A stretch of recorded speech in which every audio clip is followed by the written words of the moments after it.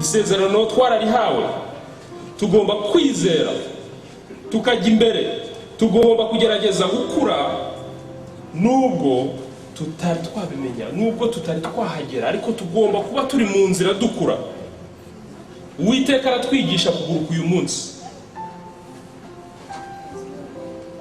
Niba uri umuyoboke we nyakuri, menya ko iri shuri uzarinyuramo.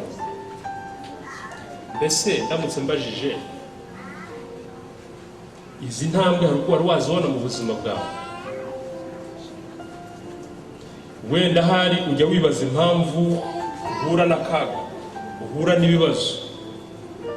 Ndizera ko hari uyu munsi ubonye igisubizo.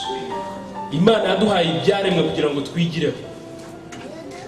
Yaduhaye igisiga ngo turebe uburyo gihura n'akaga kugira ngo kimenye kuguruka.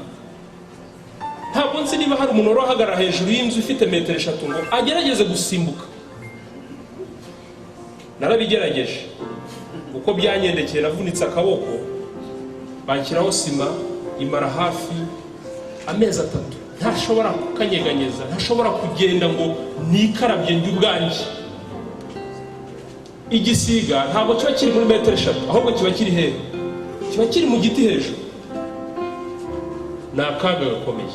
Niba akaga kakugeraho uri umukristo, mbere yuko wiheba banza wibaza uti ese Mana, ni icyo ushaka kunyigisha uyu munsi?